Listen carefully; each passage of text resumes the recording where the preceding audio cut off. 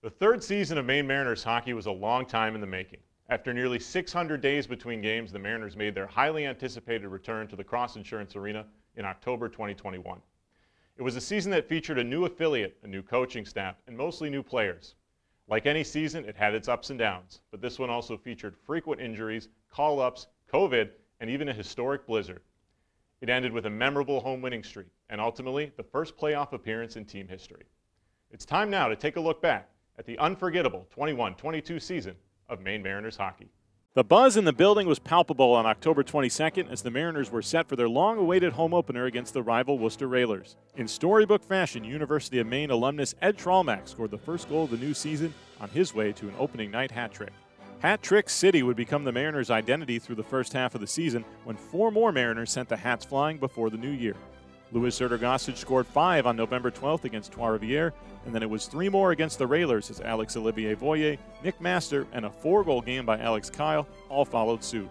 After stumbling between Thanksgiving and Christmas, the coming of a new year brought new hope, and a perfect homestand in the final week of 2021 had the Mariners back in a playoff position after Pascal Leberge's overtime winner on New Year's Day. On January 29th, Mother Nature dumped more than a foot of snow across the state, but couldn't stop the Mariners from winning a big game against Reading in front of a small but spirited crowd of Storm Bravers. Then came a Jekyll and Hyde Canada run that began with a 3-game sweep of the Lions, followed by 5 straight losses to Newfoundland that would drop the Mariners out of the playoff picture in mid-February. After losing their 6th in a row on February 19th, Connor Bleakley's dramatic 100-point OT winner sparked the Mariners to a win streak that carried into early March, culminating with a crucial weekend road sweep of Worcester on March 5th and 6th. New netminder Stefanos Lekis played a key role, winning his first 2 games in a Mariners uniform.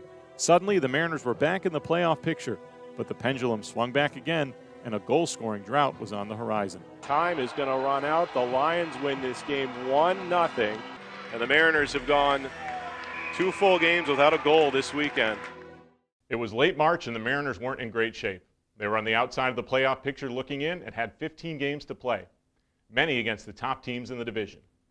Newfoundland was coming back to town, a team which the Mariners were winless against in 6 games all season.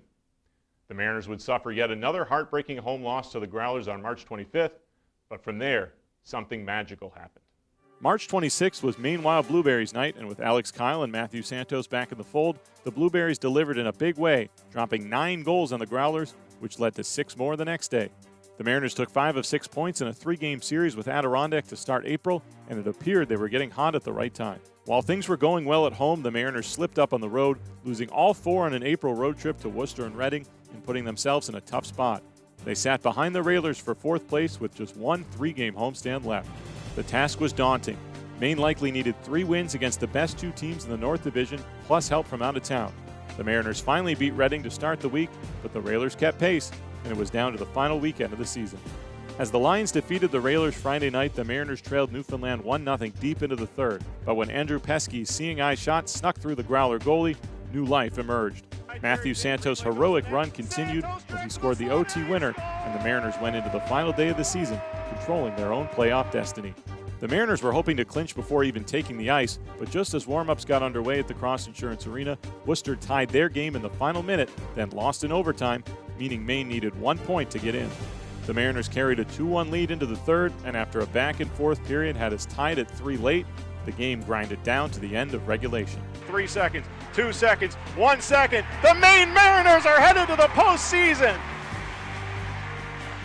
Although the Mariners didn't need a second point, Santos wasn't done with his weekend heroics, scoring the shootout winner to send the Mariners into their first ever playoff appearance on a 6-game home winning streak. So it was back to Reading for the second time in just over a week to open the North Division semifinals, and the Mariners' Santander Arena struggles continued as they fell into a 2-0 series hole. With their backs against the wall one more time, they rose to the occasion yet again, winning games 3 and 4 on home ice in front of 2 raucous Cross Insurance Arena crowds. The bounces fell Reading's way in a tight Game 5, and although they scored first in Game 6, the Mariners just couldn't find a way to win in Reading, bringing their season to an end after 78 games. What a ride it was. The story of the 21-22 Mariners was one of perseverance above all else. They were the only team in the North Division to get through a full 72-game regular season.